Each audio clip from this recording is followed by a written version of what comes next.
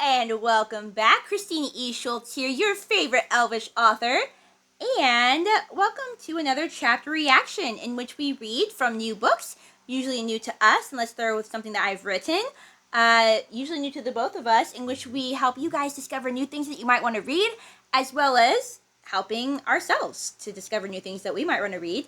And today we are going to be reading from A Face Like Glass by Frances Hardinge. This is one of the books that I picked up recently on my Books A Million book haul. I would have taken the sticker off, but that's proved challenging for these books apparently. But yeah, and I was intrigued by this book because the cover instantly struck me and the title instantly struck me as just being kind of Phantom of the Opera-esque. So I'm really excited to jump into it and see if there are similarities. It looks just by glancing at the prologue that there could be. But yeah, we're going to jump in and see what this book is all about. So strap on your elf ears if you don't have them already. Very good. And get ready to listen to A Face Like Glass. Oh, looky here. Isaac, we have another prologue. I love prologues. He loves prologues. A book should just be the entire thing a prologue. You're going to write a book that's all prologues one day, and it's going to be the best book. The best. The prologue is called The Child in the Curds. One dark season, Grandable became certain that there was something living in his domain within the cheese tunnels. To judge by the scuffles, it was larger than a rat and smaller than a horse. That's not a very good range. On nights when hard rain beat the mountainside high above, and filled Caverna's vast labyrinth of tunnels with the music of ticks and trickles and drips, the intruding creature sang to itself, perhaps thinking that nobody could hear. Grandable immediately suspected foul play. His private tunnels were protected from the rest of the underground city by dozens of locks and bars. It should have been impossible for anything to get in. However, his cheesemaker rivals were diabolical and ingenious. No doubt one of them had managed to smuggle in some malignant animal to destroy him, or, worse still, his cheeses. Or perhaps it was some kind of ploy of the notorious and mysterious kleptomancer, who always seemed determined to steal whatever would cause the most chaos, regardless of any personal gain. Grandable painted the cold ceiling pipes with Maring's peril, thinking that the unseen creature must be licking the condensation off the metal to stay alive. Every day he patrolled his tunnels, expecting to find some animal curled comatose beneath the pipes, with froth in his whiskers. Every day he was disappointed. He laid traps with sugared wire and scorpion barbs, but the creature was too cunning for them. Grandable knew that the beast would not last long in the tunnels, for nothing did. But the animal's presence gnawed at his thoughts, just as his teeth gnawed at his precious cheeses. He was not accustomed to the presence of another living thing, nor did he welcome it. Most of those who lived in the sunless city of Caverna had given up on the outside world, but Grandable had even given up on the rest of Caverna. Over his 50 years of life, he had grown ever more reclusive, and now he barely ventured out of his private tunnels or saw a human face. The cheeses were Grandable's only friends and family, their scents and textures taking the place of conversation. They were his children, waiting moon-faced on their shelves for him to bathe them, turn them, and tend to them. Nonetheless, there came a day when Grandable found something that made him sigh deeply and clear away all his traps and poisons. A broad wheel of wither cream had been left to ripen, the pockmarked skin of the cheese painted with wax to protect it. The soft wax had been broken, letting the air into the secret heart of the cheese and spoiling it. Yet it was not the ruined cheese that weighed Grandable's spirits to the ground. The mark set in the wax was a print from the foot of a human child. A human child it was, therefore, that was trying to subsist entirely on the extraordinary cheeses produced by Grandable's refined and peculiar arts.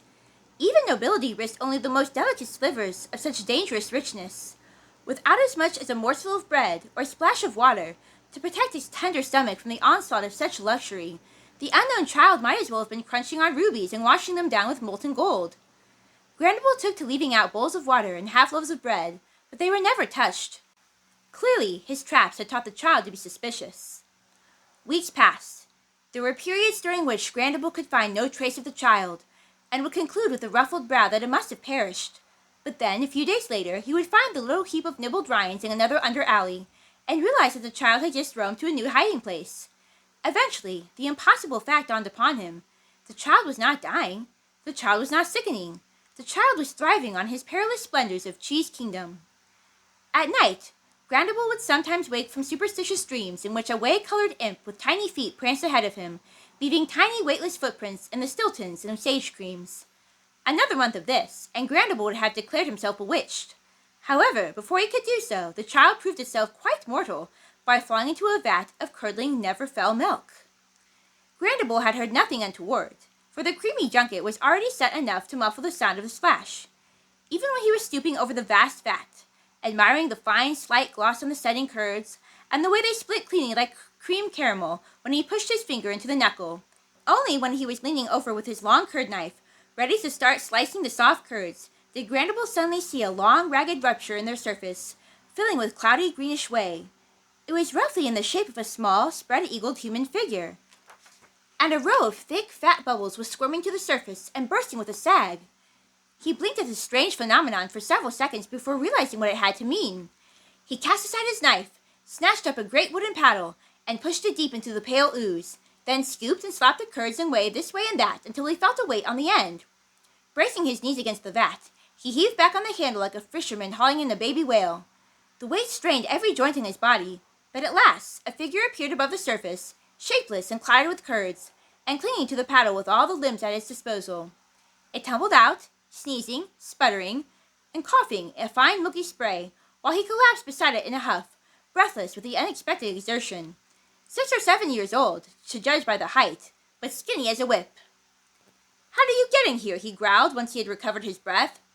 It did not answer, but sat quivering like a guilty blancmange and staring from under pale soupy eyelashes. He was an alarming enough sight for any child, he supposed.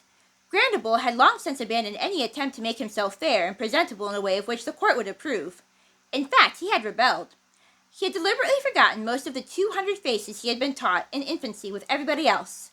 In his stubborn solitude, he wore the same expression day in and day out like a slovenly overall, and never bothered to change it. Face number 41, the badger in hibernation, a look of gruff interest that suited most situations well enough. He had worn that one expression so long that it had carved its lines into his features. His hair was grizzled and ragged. The hands that gripped the paddle were darkened and toughened by wax and oils, as if he were growing his own rind. Yes, there was reason enough for a child to look at him with fear, and perhaps it really was afraid. But this was probably nothing but an act. It had decided that terror was more likely to win him around. It would have chosen a suitable face from its supply, like a card from a deck. In Caverna, lies were an art, and everybody was an artist, even young children. I wonder which face it will be, Grandable thought, reaching for a bucket of water. Number 29, uncomprehending fawn before the hound. Number 64, violet trembling in sudden shower. "Let's see you then," he muttered, and before the curled figure could react, he had thrown the water across his face to wash away the worst of the curds. Long braided hair showed through the ooze. A girl, then?